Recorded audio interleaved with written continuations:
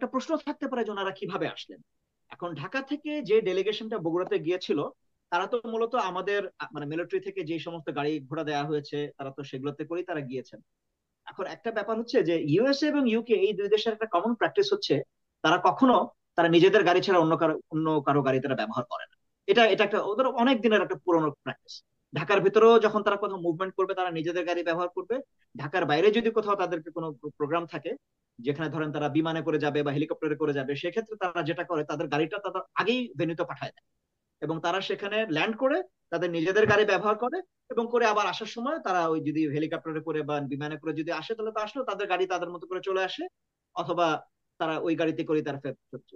এই জন্য যেটা ছিল যে ইউএসএ এবং ইউকে এই দুই দেশের যারা ডিএ ছিলেন তাদের গাড়ি বগুড়াতে তাদের সাথে ছিল, এবং ওনারা 24 তারিখ রাতে গভীর রাতে কাউকে কিছু না জানিয়ে ওনারা ঢাকায় চলে আসেন, যেটা 25 তারিখ আমরা জানতে পারি। এবং এটা নিয়ে পরবর্তীতে কিন্তু সেই সময় আমাদের ঢাকায় যে যে মানে ডিপ্লোম্যাটিক কমিউনিটিতে ইট ওয়াজ এ বিগ ইস্যু। এবং কারণ এটা এটা খুবই এটা ডিপ্লোম্যাটিক নর্মস এর বাইরে, আপনি হোস্ট কান্ট্রিকে বা আপনার হোস্ট অর্গানাইজেশনকে ইনফর্ম না করে কারো এরকম মুভ করার কথা না।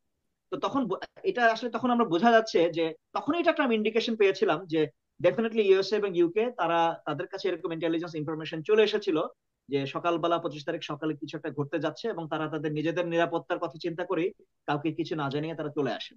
এবং যেটা আমরা পরবর্তীতে জানতে পেলাম যে আসলেই এটার ইন্টেলিজেন্স ছিল, তার কারণ হচ্ছে এর আগের দিন রাতের বেলা 24 তারিখ রাতে এই বিজয় সপ্তাহ উপলক্ষেই সবসময় যেটা হয় পিলখানাতে একটা খুব গ্র্যান্ড একটা ডিনার হয়, যে ডিনারে সব মানে ডিগনিটারিজ থেকে শুরু করে সবাই আসেন, এবং প্রাইম মিনিস্টার নিজেই ওখানে। 24 তারিখ সেদিন রাতের বেলা শেখ হাসিনা আসেন নাই, সেই ডিনারে উনি ছিলেন না, কারণ ওনার কাছে স্পষ্ট ইনফরমেশন ছিল যে বিডিআর এর ভিতরে কিছু একটা হতে যাচ্ছে, আপনি আপনার নিরাপত্তা হুমকি হতে পারে, উনি আসেননি। এবং 25 তারিখ সকালবেলাও কিন্তু আপনারা সেই সময় যেই জিনিসগুলো কখনো ঘটে না, খুবই আনইউজুয়াল কিছু ঘটনা ঘটেছিল। একজন ডিউটি অফিসারকে কোতে, অর্থাৎ যেখানে সেন্ট্রাল কোর্ট বা যেখানে হচ্ছে গিয়ে অস্ত্রাগার যেটা, সেই সেন্ট্রাল মানে একদম পিলখানার যে সেন্ট্রাল অস্ত্রাগারে একজন অফিসারকে আলাদাভাবে সেখানে দায়িত্বে রাখা হয়েছিল। সম্ভবত অফিসারটা ছিলেন মেজর সালাম, 10 ল কোর্সের কমান্ডো একজন অফিসার, আমাদের খুবই মানে বাংলাদেশ আর্মির প্রথম দিকের যে সমস্ত ভেটারান কমান্ডোদের একজন, ওনাকে সেখানে রাখা হয়েছিল। উনিও ওখানে উনিও মানে সেখানে নিহত হন।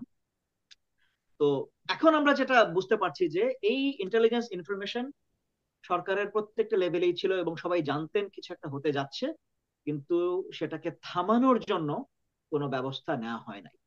এবং এমনকি ঘটে যাওয়ার পরেও যারা থামাতে গিয়েছিলেন, অর্থাৎ র্যাবের অফিসাররা চলে এসেছিলেন।